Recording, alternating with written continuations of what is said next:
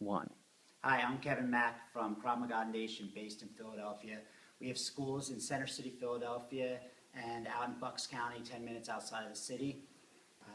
This next technique is one of those things that we teach here to kind of show you the consistency of movement in Krav Maga.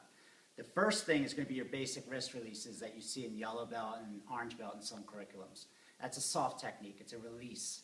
And the next one is going to show you on the ground, somebody controlling your legs, and I'm going to show you the consistency.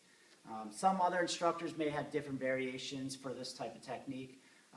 My application is based on it has to be consistent with what we do. That's the beauty of Krav Maga.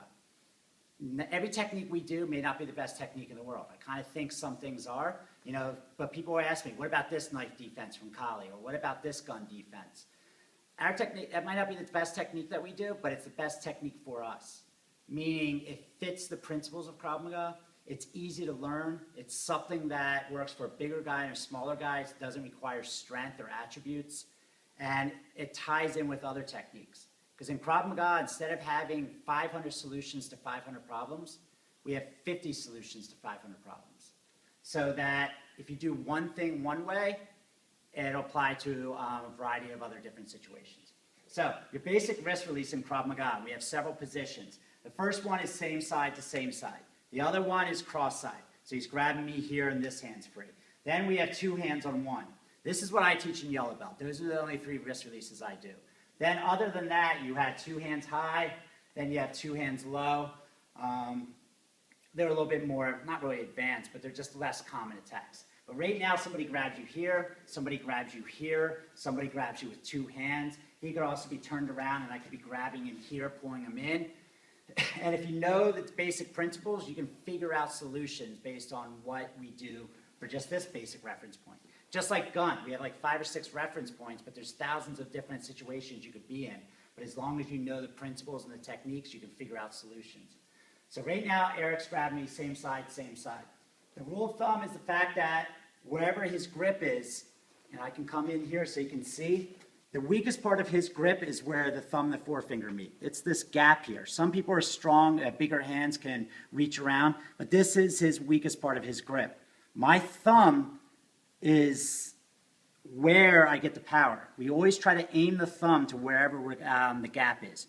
So it's almost like the sight on a gun. I like to aim my thumb towards that direction. So even if he has me like this, I rotate my thumb towards that gap. I want to ideally bring my thumb to my chest, but I don't just do that. I have to resist the urge to pull. That's what people do. Somebody grabs you, you want to pull, and you want to use strength, and you get extended, and you have no strength. I want to bring this thumb to my chest in a horizontal manner, but I want to utilize my entire body in a dynamic movement. So it's this, right? It's not that.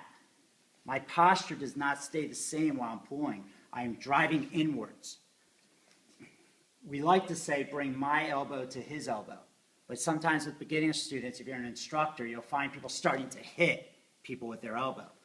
It's no longer a soft technique then. This is a soft defense. This is offering peace from a position of strength.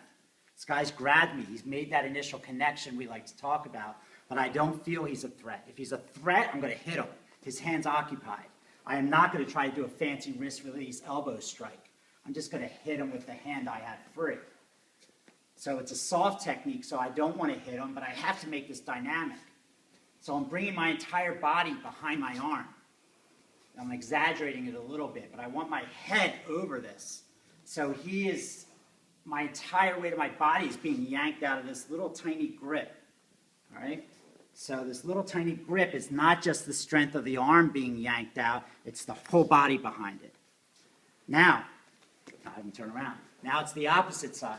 Same rule applies. This is the weakest grip. That thumb has to go there. So the thumb goes out. The elbow stays in. Otherwise, if the elbow moves, my arm is being extended, and I'm fighting strength against strength. It's technique. My elbow is going out. I'm aiming my thumb. It's just like I'm pointing to something around my arm. I don't want to go over my shoulder. I want to go out. If I go over my shoulder like this way, it means my thumb's going over his thumb, and it's strong. It has no place to go. It's being stopped. But if it rotates towards that gap, then the thumb's coming out of that grip, and my elbow's coming out. But everything's dynamic in Krav Maga. Just like he chokes me with two hands and I'm doing my plucking defense.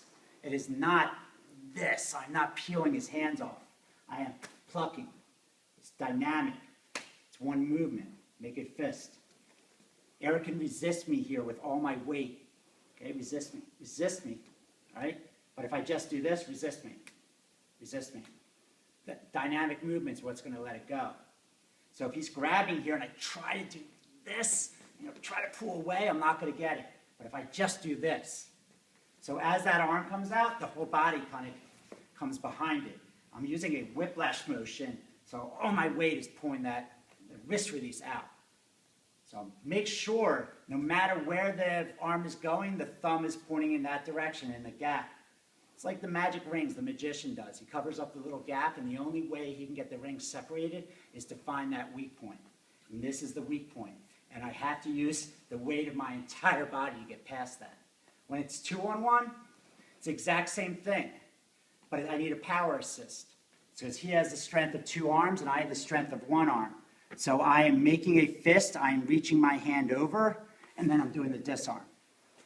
But just like I did before, and once again I'm exaggerating a little bit, it is not the strength of both my arms, because that's still weak. Now we're equal. Strength of 2, the strength of 2. But now he has my entire body behind it. You have to be careful not being too close to the guy. I'll exaggerate that to show you that you need to be there. But this is where you need to be. All right? This is what you can teach the kids against an adult, bigger, stronger person. You do this defense. Make sure it's horizontal, though. You don't want to power assist into your own face. So you power assist out and make this a horizontal attack. That's your basic concept. So now even if Erik is there and he's grabbing me here, I just have to get my thumb to where the weakest part of his grip is. If it's the other hand, it's the same thing. I'm just making that going to wherever that weakest link is. You can figure it out. On the ground, if he grabs my legs, same rules apply. And everybody may come up with a wide variety of situations where you can do this, but this keeps you exposed. So not only do I want to get my leg free, but I want to be loaded to kick. My toes replicate my thumb. Wherever the grip is weakest, where his fingers meet, my toes are pointing in that direction. And then I'm bringing my knee up. You want to have your knees bent. Whenever you're on the ground and doing arm bars and things, having your legs extended does nothing. I can't pull back, I can't kick, I can't do anything. But if my knees are bent, as soon as he grabs me, I'm bringing it out here, and then I'm loading up the kick. I am aiming the toes towards that grip and pulling out. My hip is loaded, and then I'm kicking to the face, kicking to the groin. And it's a little counterintuitive, because I know a lot of people want to pull away, and they feel they have a lot of power to do that, instead of turning inwards. But I can bring my knee up higher to my face here and get a lot more power, and now it's loaded for a kick. I don't want to do this and have him either push me aside and take the dead side and kick me in my face, or to have him kick my groin and stay in. So I want to get my leg released and then kick to the chin. My leg's getting released, getting kicked to the chin. Even if it's just one hand, or on 2 there, all I have to do is bring my heel to the ground too. I'm just stomping and then kicking. It's the same thing if he was to catch a kick, I would just bring my heel down and then come up. Just one hand. It's the same thing. I can do this, or I can do this and then stomp, or even come out that way. I could aim the heel to that grip as well. You can do that when it's that side. But if you're here, you can't kick this into your own leg. So that's when you come here and you load up. Because then you want to be in this position to be able to attack and load up your strikes. You can do the same thing with long gun. If I have a long gun and he grabs the gun, we don't have it here, but you can just do the same wrist releases. You pull the gun out of the weakest part of his grip and you use that to attack. So once you know the principles of finding the weakest part of his grip, you can figure out the defense. And I show you the basics. Coming in 2-on-1s here, 2 on high, and ducks down. It's the same thing. And this is how a lot of fights, you may argue that some fights start standing, other people say fights end up on the ground. All fights start, everything starts with some sort of connection. A wrist grab, a shirt grab, a throat grab, hair grab. There's all these different things. Somebody grabbing your pant leg, somebody trying to pass your guard, trying to control your legs. Remember, when somebody's standing and you're on the ground on your back, the only thing saving you is keeping him in your ground guard. Basically, keeping him between your legs, whether you're here and coming up and kicking, you need to use your kicks to keep him away from you. If he passes your guard and gets past your legs, he's now on your dead side. This is what we train for. We train to get past these legs because they're kicking. They're trying to lock me. They're trying to take me down. They're trying to sweep me. And if he does that, then I'm free. Now he comes here and he throws me this way. And now he has my skull to stomp. I want to get my legs free and load up kicks and stay here and then eventually get up. So it's just a utilization of basic wrist lock principles on the ground using your legs. You know, try to just use your thumb to aim towards the weakest part of his grip. Use the strongest part of yours, which is keeping the elbows in and keeping it in tight, making a dynamic movement, using your whole body. We had a girl ask a question tonight. She said, what about this? Guys grabbing you here. It's the same thing, but use this L block that we do to block it in. So it is similar to a wrestler's shrug. So he's got the grip here, and I shrug and I trap and I do a 2-on-1. It's the same thing if I'm grabbing here. This is not going to be strong enough because he's got a good firm grip. So I'm aiding that with my rotational defense that we use in Krav Maga. So he's grabbing here, I rotate in and I hit. If it's the same side, and he's grabbing the outside of my bicep here, it's the same thing. You know, all I have to do is this, that works, but I could do this, or I could just do this and come out. So you have to know where these gaps are and where you can use power to help you to get it out. Now I'm using my entire body and leaning into them as opposed to just using my arm. He's now trying to grip my entire body. That's why Krav Maga is a principle-based system. That's why you have to learn the boring stuff. Wrist locks are really boring. You know, certain soft techniques, t-shirt grabs, I would come into class and I'm like, oh, I can't believe we're doing that again.